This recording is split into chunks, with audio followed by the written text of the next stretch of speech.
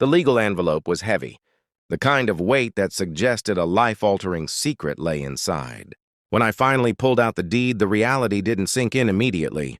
My great-uncle Silas, a man I hadn't seen since I was a small child, had left me 1,200 acres of pristine, rolling valley land in the heart of the Blue Ridge foothills. To a man who had spent the last decade living in a cramped, 40-unit apartment complex in the city, 1,200 acres sounded less like a property and more like an entire planet. What the deed didn't mention, but the frantic, handwritten letters from my new neighbors soon would, was that Silas's land was the Green Belt, surrounding a hyper-exclusive, gated community called the Gables at Oak Ridge. For 20 years, the HOA of the Gables had treated Silas's land like their own private park. They had built hiking trails, installed unauthorized stone benches, and even held their annual Founders Gala on his meadows. Silas, a recluse who lived in a cabin on the far ridge, had simply ignored them, retreating further into the woods. But Silas was gone and I was moving in. I pulled my dented pickup truck onto the gravel path leading to the cabin on a Tuesday afternoon. Within 10 minutes, I wasn't greeted by a welcoming committee with a fruit basket, but by a humming electric golf cart. Driving it was a woman whose highlights probably cost more than my truck's entire engine. This was Beatrice Van Horn, the president of the Gables HOA. She didn't step off the cart. She simply held a clipboard like a shield and peered at me over designer sunglasses. She told me that they had already sent an introductory packet to my lawyer, outlining landscaping standards, noise ordinances, and a mandatory schedule for community trail maintenance. I blinked, dusting the road salt off my jeans, and tried to be polite. I explained that there must be a misunderstanding, as the land wasn't part of their association. Silas had never signed a joinder agreement. Beatrice offered a smile that was as cold as a winter morning and informed me that they held an implied easement. She insisted the cabin was an eyesore and handed me a list of approved architects to bring it up to code. When she sped away, the whir of the golf cart sounded like a declaration of war. The first week was a masterclass in psychological encroachment. I wanted peace, but they wanted a pageant. Every morning, I would wake up to find orange violation notices tucked into my doorframe. They cited me for unauthorized tall grass.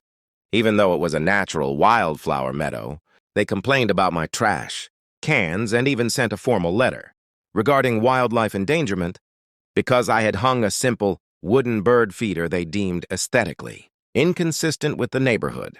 The turning point came when I found a landscaping crew unloading a tractor on my south ridge. They told me Mrs. Van Horn had hired them to clear the scrub, to install a tiered rose garden for the neighborhood spring social. That scrub was actually a protected wetland area that Silas had spent years preserving.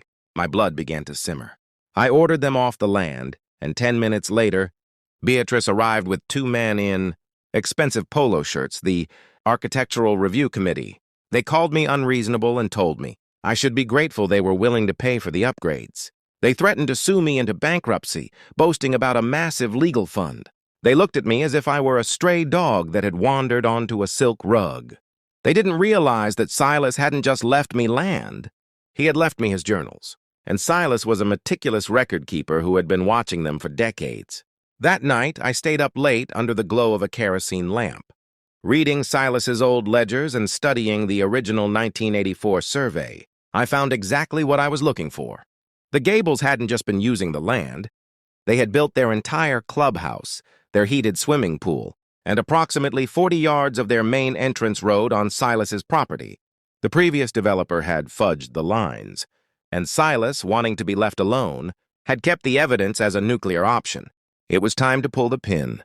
The following Monday was the day of the Founders Gala. The HOA had spent thousands on a massive marquee tent set up right in the middle of my great meadow. Catering vans were lined up, and the air smelled of expensive cologne and imported lilies. At 4 p.m., an hour before the guests were set to arrive, I drove my truck down to the meadow. I wasn't alone. I had hired a local fencing company and a private security team. Beatrice came running across the grass in a silk gown, screaming about the caterers being blocked. I handed her a laminated copy of the 1984 survey and told her I was closing the road for private maintenance. I informed her that her tent was trespassing and that I was having it impounded. When the treasurer arrived in a panic, mentioning that the mayor was on his way, I told him the mayor would have to walk. I also pointed out that I was erecting a 6-foot chain-link fence along the property line, which happened to run right through the middle of their clubhouse's deep end. The power dynamic shifted in an instant. The evening was a disaster for the HOA. The gala was moved to a cramped parking lot, and the residents began to turn on Beatrice. They had been paying dues for years, assuming the HOA owned the land. The following morning, I brought in 3 dozen goats to act as eco-friendly lawnmowers. They were loud, they were smelly, and they loved the taste of the prize-winning hydrangeas that overhung my new fence. I spent the rest of the week with a GoPro strapped to my chest, meeting every threat with a countersuit for tortious interference. I even had a surveyor spray paint a bright neon orange, line directly across their pristine 9th hole green where it clipped my property. The residents realized that their property values were tied to my greenbelt. If I decided to turn those 1,200 acres into a commercial pig farm, which was perfectly legal, under the county's agricultural zoning, their million-dollar views would vanish. The final meeting took place in the very clubhouse that sat partially on my land. I walked in wearing my dirtiest work boots and tossed a folder on the mahogany table. I demanded total independence from their oversight, a fair market lease for the road and clubhouse encroachment, and the resignation of Beatrice Van Horn. I told them that the lease money would go into a trust to preserve the land as a wildlife sanctuary. There was a long, heavy silence. Beatrice looked like she wanted to scream, but the treasurer pushed the papers toward her and told her to sign. He knew that if I went to the county, they would condemn the building. She signed the documents with a trembling hand, and the reign of the Gables dictatorship came to an end. A month later, the valley returned to its natural state of quiet. The goats had moved to the back pasture, and the orange paint on the golf course was fading into the grass. I sat on my porch looking out over the 1,200 acres that were finally, legally and peacefully mine. The HOA had stopped sending letters. Most of the neighbors were actually quite friendly now. They realized I was the only thing protecting the valley from real developers.